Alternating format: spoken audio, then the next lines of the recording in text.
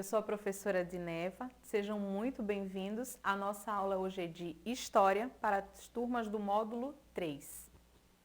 O título da nossa aula é A ação das pessoas, grupos sociais e comunidades no tempo e no espaço. É importante nós começarmos conversando, sabendo o que são marcos históricos. Por quê? Porque são importantes. Eles nos propiciam conhecer o passado para compreender o presente. Nós trazemos aqui a ruína da Igreja do Rosário dos Homens Pretos, Está aqui, hoje em dia só ruínas, e que faz parte, é uma ruína que faz parte da nossa história, certo? Vamos lá. Mas o que são marcos históricos? Marcos históricos são acontecimentos de grande importância que, de certa forma, mudaram a sociedade, seja na esfera política, econômica, social ou religiosa. Existem lugares ao redor do mundo que foram territórios de grandes eventos que marcaram e contribuíram para a história mundial. Vamos falar de alguns marcos que possibilitaram a sobrevivência humana. Eu estou trazendo aqui para vocês grandes descobertas, ok? E não são necessariamente uma atrás da outra que aconteceu, mas que são momentos importantes da nossa história que são considerados marcos que possibilitaram essa sobrevivência humana. Inicialmente nós temos o domínio do fogo. Segundo, produção de ferramentas. Terceiro, caça e pesca. Depois, a domesticação e a criação de animais. Em seguida, a escrita e, por fim, o motor a vapor. Eu elenquei 6 marcos históricos para a gente falar um pouquinho, para que vocês possam entender tanto o que é quanto a importância deles para a nossa sobrevivência e para a nossa história. Nós começamos pelo domínio do fogo. O domínio do fogo foi uma das maiores conquistas do homem paleolítico. A princípio ele era feito pela queda dos raios, porém, com o passar do tempo, a humanidade aprendeu a provocar o fogo pelo atrito entre pedras ou madeiras, certo? A sobrevivência humana não foi mais a mesma após esse momento, após esse controle do fogo. Passaram a aquecer do frio e a esquentar os alimentos.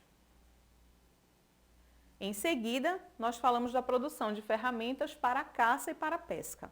O controle do sistema de polimento, esfregar as pedras no chão ou na areia, tornou as ferramentas mais elaboradas, facilitando assim a fabricação de facas, machados e enxadas. Além disso, outras novidades surgiram na idade da pedra polida, que foram a construção das casas de madeira, barro, pedra e argila, a substituição das roupas de pele animal por causa das técnicas de fiação e de tecelagem que foram sendo desenvolvidas, o manejo do cobre e do ouro e o início das viagens pelo mar e pela terra. Vamos falar agora da invenção da agricultura. O homem alcançou um importante grau de estabilidade, com o sedentarismo, ou seja, a possibilidade dele ficar parado num local, sem estar andando de um lugar para o outro, explorando as terras. Houve a possibilidade do cultivo de alimentos e domesticação dos animais. A agricultura, a plantação de trigo, milho, mandioca, etc., e o pastoreio, a criação de porcos, cavalos, carneiros e etc., foram essenciais no processo de fabricação de excedentes, garantindo os meios de alimentação nos períodos de seca e de inundações. Domesticação e criação dos animais.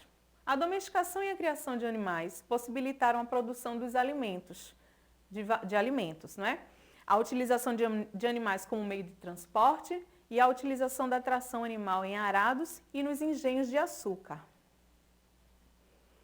A história da escrita. Vamos olhar aqui essas imagens para a gente ver. A história da escrita começou no período da pré-história, quando os homens faziam desenhos na parede das cavernas como uma forma de se comunicar. Esses desenhos, chamados de pinturas rupestres, consistiam na transmissão de ideias desses povos. Era uma forma deles se comunicarem, transmitir o que eles estavam pensando. pois representavam seus desejos e necessidades. A arte rupestre, obviamente, não se trata de um tipo de escrita. Por quê? Porque não havia uma padronização, uma organização. Contudo, foi o início da comunicação entre os seres humanos. E aí vem exatamente, né, a invenção da escrita com os alfabetos fenício, o grego clássico, o grego atual e o latino. Vocês podem perceber que eles se parecem, não é, entre eles, a escrita. E aí a gente chega na invenção da máquina a vapor. A máquina a vapor utilizava o vapor da água como combustível para dar movimento a outras máquinas. Teve sua origem na Inglaterra e foi um difusor de águas na vida do ser humano. Muito importante a criação da máquina a vapor. Após isso, veio a Revolução Industrial. Foi o período de grande desenvolvimento tecnológico e teve início a partir da segunda metade do século XVIII. E se espalhou pelo mundo inteiro, tá? Causando grandes transformações, como o surgimento das indústrias. Nós vamos falar um pouquinho sobre a evolução da produção, que começou no artesanato, né? Que o produtor ele possuía meios de produção, instalação, ferramenta e matéria-prima. A atividade era manual, familiar e todas as etapas aconteciam ali com o artesão. Veio a manufatura, que era a divisão do trabalho, o trabalho já era assalariado e houve um aumento na produtividade. Por fim, a maquinofatura, que aconteceu justamente com o surgimento das fábricas, o trabalho com máquinas e o trabalhador vendia a sua força de trabalho.